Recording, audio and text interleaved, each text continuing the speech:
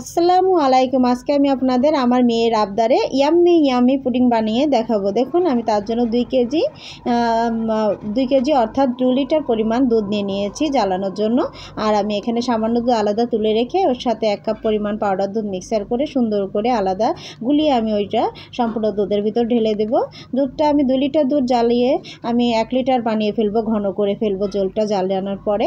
তাহলে আমার দুধটা অনেক মোটা ভারী হয়ে আসবে। 1 লিটার সবসময় দুধের পরিমাণের থেকে যে পরিমাণ দুধ নেওয়া হয় তার থেকে 50% জ্বালিয়ে শুকিয়ে ফেললে পুডিংটা বেশি সুন্দর হয়। আমি এখানে 4 টেবিল চামচ চিনি নিয়েছি। এ পর্যায়ে দেখুন আমার দুধটা ঘন হয়ে গেছে।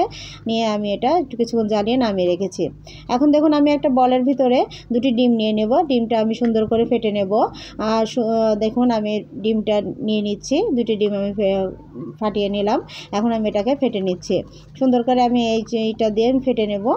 ফেটে নেওয়ার পরে এ পর্যায়ে আমি এলাচ ভেজে গুঁড়ো করে রেখে দিয়েছিলাম, সেখান থেকে আমি 1/2 টেবিল চামচ এলাচ গুঁড়া দিয়ে দেবো, যেন ডিমের গন্ধটা না রাখে, পুডিংটা খেতেও আরও সুস্বাদু হয়।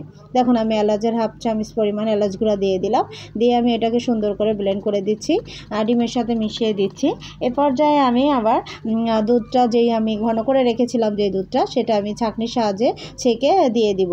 দুধটা আমার অধিক ঘন হয়ে গেছে। ছাঁকার সময় দেখুন আমার সরগুলা ভেসে ভেসে উঠবে, আপনারা দেখতেই পাবেন। ওই সরটাও দিয়ে আপনারা অন্যভাবে ঘি বানিয়ে খেতে পারবেন। আমি আসলে সরটা আমার এটা খেতে অনেক মজা লাগে। আমি আমার ছেলে সরটা আমরা এমনি খাই, খুব ভালো লাগে।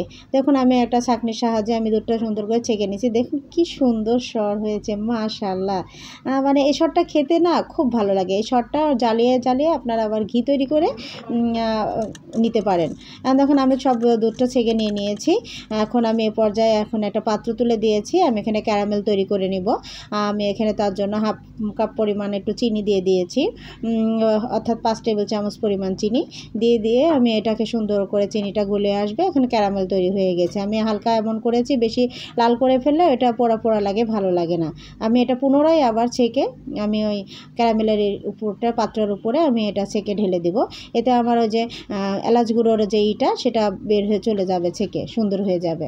এখন দেখেন আমি একটা পাত্র গরম করে রেখেছি, তার ভিতর পানি দিয়ে একটা দিয়ে রাখছি। তার ভিতরে দেখেন আমি এখন বসিয়ে দিলাম, দিয়ে ঢাকনা দিয়ে দিলাম। এখানে একটা ছিল পয়েন্ট, আমি এটা পয়েন্টটা মুছে দিলাম। আমার হয়ে গেছে। দেখুন আমি এখন পরীক্ষা করে দেখছি হয়েছে কি না। দেখুন আমি একটা কাঠি দিয়ে পরীক্ষা করে দেখছি, কাঠির আগায় বাজছে না, সুন্দর হয়ে গেছে। মাশাআল্লাহ, এত সুন্দর কালার, এত সুন্দর, ওফ কি সুন্দর। দেখুন অনেক সুন্দর হয়েছে। আপনাদের আমি কেটে দেখিয়ে দিচ্ছি। এখন আমি কেটেছি, দেখুন কেটে আপনাদের দেখিয়ে দিচ্ছি কি সুন্দর হয়েছে। ওয়াও, দেখুন আমার তুলতে মানে এতই লাগছে, আমি কিভাবে তুলবো। দেখুন আমি হাত দিয়ে তুলে ফেলেছি, কি সুন্দর, মাশাআল্লাহ। আপনারা সবাই আমার জন্য দোয়া করবেন, আমি যেন এভাবে ভালো ভিডিও দিতে পারি।